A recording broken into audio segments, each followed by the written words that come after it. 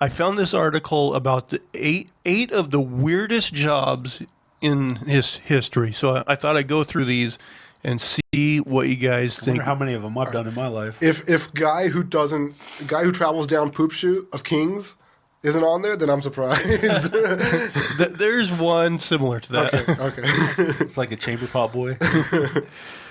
And there's one similar to that. The first one is called Nomenclator. Before we had smartphones and PDAs to remind us of people's names, we had nomenclators. In ancient Greece and Rome, nomenclators were slaves whose entire job was to remember the names and merits of the people their masters met. The list of people to remember could include business partners, political donors, friends of friends, and any other socially important people. When your master got high enough in society, the number of people you had to remember could number in the dozens. There are actually still nomenclators today, but their job is entirely different. These days, they come up with new terms for dictionaries and specialist glossaries. So this wouldn't be like a terrible job. You're just like, oh, hey, King, that's that Greg guy that laughs at his own fucking terrible jokes. Be like, oh, that's Sheila, but she's a real Nancy, if you know what I mean. But I would be terrible. I would be terrible because I can't recognize faces and names together. I'll just be like, that's Joe, I guess. What was his name? I have a friend in our hometown, and like he works at a restaurant. I swear to God, he knows every single person in the entire town. Like, if he sees somebody he doesn't know, he goes up and introduces himself. And then he knows their name.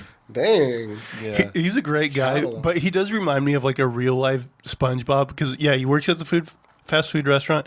And, yeah, he's just, like, really happy. And he, like, knows everybody by name. Doesn't drive a car. Yeah. Hey, that sounds like a nice guy, man. Okay, number 2, the knocker-upper. It's not what you think. Unlike modern American slang would have you believe, you didn't call a knocker-upper when you needed to have another kid. A knocker-upper is basically a human alarm clock. There was a time when alarm clocks didn't exist, but people still had to wake up early for appointments. To make sure you didn't sleep in, you'd pay a person to show up at your house at the crack of dawn and bang on your bedroom window until you woke up. But how did the knocker-uppers wake up for their job?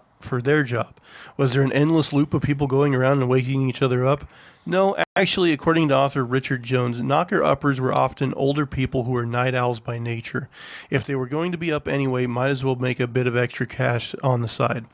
The profession survived in rural areas of the UK until the 1970s. Wow. By then, everyone just started using an alarm clock. Yeah, I didn't know like when the alarm clock came into fashion, but I would have thought earlier than that. Yeah, I would have thought sooner. TVs came out before alarm clocks? Okay, AJ, this might be kind of what you were talking about. The Pharaoh's anus blower. In ancient Egypt, the Pharaoh was both a king and a god. But when a living god could get indigestion, and that's when the royal anus blower was called. The anus blower was basically a primitive proctologist. Whatever butt-related problems the pharaoh had, the anus blower would take care of it. But their most important task came about when the pharaoh had eaten more than he could digest. That's when the anus blower would grab a long golden tube, fill it with hot water, and blow it up the pharaoh's divine butthole. That's what it sounds like, an enema administered by mouth. At least there was a tube between the blower's lip and the royal anus. So how would you like that job? Shove a tube up a guy's ass and blow water. Gosh, the things people did. And, like, how does that help? I mean, it would give you, like, enema, I guess. You get the water up there, and then it would shake things loose. My God. We've all had the acid poops, man. The king's like, and if that doesn't get the job, you're going to have to put fingers in. What was it called again? The anus blower. The anus whisperer. Oh, anus whisperer. I've had a bout of Taco Bell. I don't think you'd need the anus blower after Taco Bell. In fact, Taco Bell's called the anus blower. Yeah, can you just blow on my ass to cool it down? Next is the Resurrectionist. The Resurrectionist job didn't include bringing people back to life, but they sure did empty their graves. A Resurrectionist would dig up freshly buried corpses and sell them to people practicing this newfangled thing called medical science. Resurrectionists were common in the 18th and 19th century England. The common people understandably didn't care much for them, though. They were pretty much just glorified grave robbers. Eventually, the profession became such a nuisance that the English government allowed doctors free access to corpses. But there was a catch. The bodies had to come from poor people who died in workhouse accidents. Of course. Next, the funeral clown. In 4th century Rome, people must have felt that funerals were sometimes got a bit too somber. We're saying that because the profession of a funeral clown existed. The harlequin would wear a mask of the dead person's face, and cavort about the funeral procession. He'd mock the recently deceased with the goal of appeasing the departed spirit and to cheer up the living mourners. Because what's going to cheer you up? Oh, this is a tough crowd. What's going to cheer you up more than someone making fun of the person you love that just died? Because having someone wear your grandpa's face and tell you how much he sucks will surely cheer you up at this funeral, right? At least the Romans seem to think so, because funeral clowns have made something of a comeback. You could once more hire a funeral clown to ridicule your dearly departed relatives and friends. I kind of want to be a funeral clown. Get my ass kicked, I feel. Now, this was the one, Lester, you referenced, the necessary woman. The necessary woman was a polite name for a job that was gross but, well, necessary. Before the days of indoor toilets, people would do their business in chamber pots.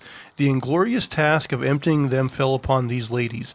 And unsavory as the job description might be, it came with good benefits. You usually got to stay in the mansion or castle of the lord or lady you served, and the pay was very competitive for the time. You kind of expect that, though, because why else would anyone take the job? The popularity of the flush toilet eventually sent the profession of the necessary woman down the drain. This next one sounds like a fun job. Yeah. Orgy Planner. Let's go back to ancient Rome one more time. The Romans sure loved their orgies, and while these get-togethers weren't actually as debauched as popular culture would tell you, they were a big deal and could last up to 12 hours. And like with any party, someone needs to plan it. Orgy planners were experts in making the necessary arrangements so that orgy goers could enjoy their decadent luxury to its fullest. The planner would hire the entertainment, musicians, cooks, and prostitutes. They planned the menu, draft the seating arrangements based on the host's wishes, and arrange accommodations for guests. Really, it's not that different from a modern party planner, just for orgies. So that one's not terrible, I guess. Yeah. That's not a 7th worst job or anything. Well, technically these are weirdest jobs. Oh. Most of them suck. Yeah. And then number 8, the final one, Groom of the Stool. The title of Groom of the Stool sounds fancy, but the job wasn't quite as glorious as the name would imply. In spirit, the groom was an advisor to the medieval English king, but what he actually did was entertain the king while he was taking a shit. The groom would entertain the king as he emptied his royal bowels. He'd chat with the king, listen to his worries, and often help insights if he had any, and offer helpful insights. With time, though, the position grew more and more powerful. By the end of the medieval period, the groom of the stool was a trusted advisor on economic and domestic policy. Imagine if the UK finance minister accompanied the queen to the can. That's basically what it was.